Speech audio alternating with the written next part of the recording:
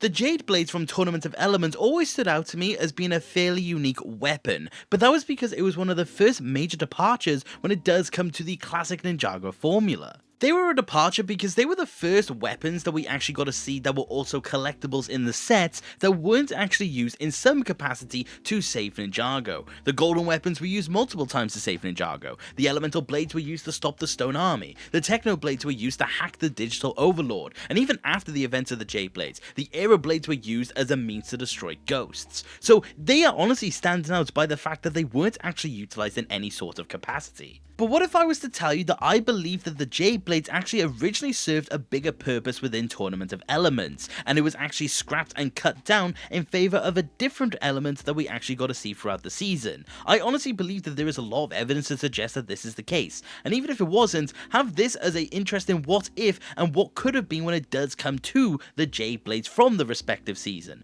So hear me out on this one, and let me not waste any more of your time as I talk about the potential and the scrapped content of the Jade Blades. Now, before we get into my actual theory in of itself, let me actually explain where the Jade Blades truly came from, because I actually didn't know this until I researched this video, and also talk about the capacity they were actually used within Season 4. Now, to start off, like I said, the Jade Blades were actually carved from the bones of departed Serpentine warriors, and they were reserved for the greatest Anachondri leaders from that respective time period. But the thing is that 40 years later, we know that Chen was helping himself to the respective bones and whilst tomb raiding the Serpentine tombs, and he carved his own versions of the Jade Blades for the Tournament of Elements. I will say, this in of itself is actually fairly interesting because we don't actually know what happened to the original Jade Blades. It's just the fact that the Anachondri just actually had them, but it does show that they were a fairly interesting and must have been a formidable weapon for the greatest warriors in all the land to actually utilize them in their own combat. But with Chen's own variant of the Jade Blades, we actually then get to see them in the Tournament of Elements. He introduced them as a means basically to stay within the tournament. Have a Jade Blade and you get to stay within the games itself. Don't have a Jade Blade, you're gone.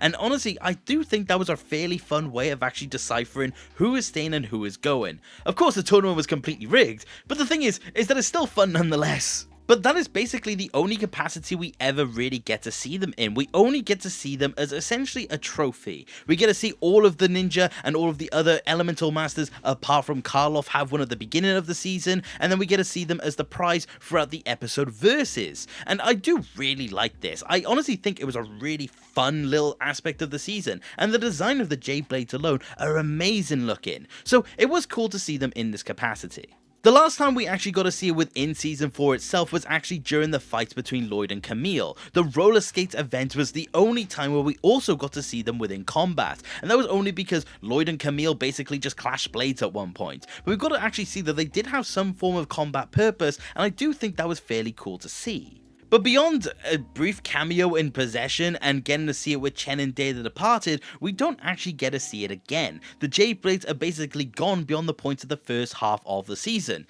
which is just a massive shame. I honestly do think, in of itself, they are just kind of wasted potential. We could have had so much more with those weapons, but we just simply didn't. And also, that is where my initial theory actually began, because the fact that we got so little of these weapons and there was so much emphasis put on them just simply never actually sat right with me.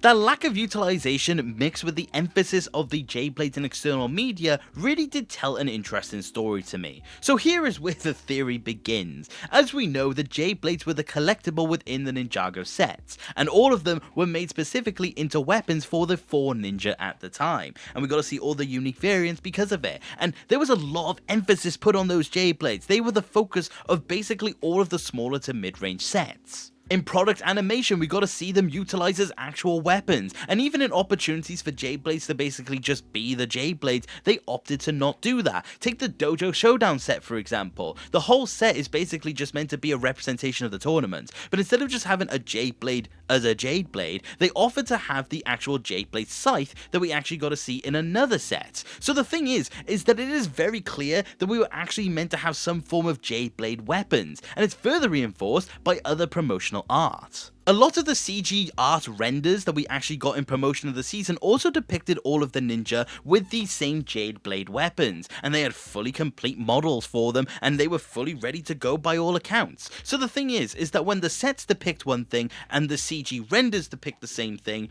but the show doesn't, you realize that there was probably some sort of difference when it does come to the actual product during its process of completion. Ninjago is no stranger to the fact that sets and promotional media depict the original plans for respective seasons. For example, Cole being a ghost. It was not on the set and it wasn't in the CG renders, because it was a last minute addition. And then even as far as Crystallized, the Overlord attack set, which depicts Lloyd in the set with Harumi, the original renders of that set show that Lloyd actually had the Wu cape, because that was the original plan of Crystallized. I really do think it's an interesting insight to original scripts, and I do think the Jade Blades are another instance that we never actually realized. There is such a heavy emphasis on the Jade Blades in all promotional media beyond the actual season itself, it makes no sense to believe that they have such a limited screen time when it does come to the season. So I actually think the backstory along with this does depict what was actually meant to be the case. And you may be wondering what that case was. Well, my theory goes that essentially the Jade Blades were being set up as actual weapons. The Lloyd versus Camille fight was meant to be the first indication that the weapons did actually have some sort of utility. I think also the backstory when it does come to the weapons and how they were made was also meant to come up directly within the season itself, because that's also from external media. But I do think throughout the season, the ninja would have acknowledged that the Jade Blades did have a certain level of strength and were definitely a formidable weapon. I think the Jade Blades were going to be set up essentially as the counter to the Anacondri Warrior. The Anacondri were using them as their own weapons simply because it matched their own strength. Like the Anacondri blades, we know for a fact that they are potentially the sharpest blades within the land. So what if the Jade Blades were also that kind of suit? And then Ninja were going to realize that, and the original plan was to have them use it as a counter to the Anacondri Warriors after the spell was complete. This actually does make sense when you realize this, because the ninja never actually come up with a counter to the Anacondri within Season 4. They basically just find a load of people to help them and just kind of hope for the best. There is no aspect of the ninja trying to prep, no aspect of the ninja trying to counter them whatsoever. They were basically just hoping their luck, which doesn't match any of the seasons before or after when you do look at it in comparison. Like I said, where I mentioned the golden weapons, the elemental blades, the techno blades, the aero blades, all of them have this specific setup as a way to counter the enemy.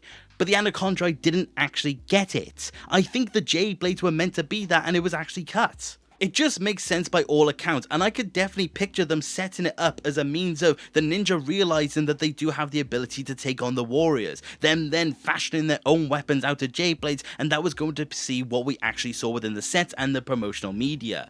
I think that was going to be the original intention for that final battle, but they just ultimately never went through with it. And like I said, you may be wondering why, and I think it was just to emphasize Garmadon when it does come to the end of the season. The whole point of Garmadon's sacrifice in Season 4 was the fact that they were losing. The Anacondri and Chen were winning, and they were going to take over Ninjago. It's a last moment of desperation because they simply had nothing else to do. If the ninja had weapons that were able to take on the Anacondri army, you realize that that sacrifice basically would have been less impactful. There would have been a solution to the problem, and there would have been basically a way around actually having to take Garmadon out of the show. And you could have just cited that as a really weird plot hole when it does come to that season. So, in favor of Garmadon's sacrifice, they took out the Jade Blades and basically made the ninja hopeless in reaction to it. I think this does completely clear up why the Jade Blades are underutilized and why Garmadon's sacrifice is so monumental. It makes sense when you consider it because this is an anomaly within that time frame of the show.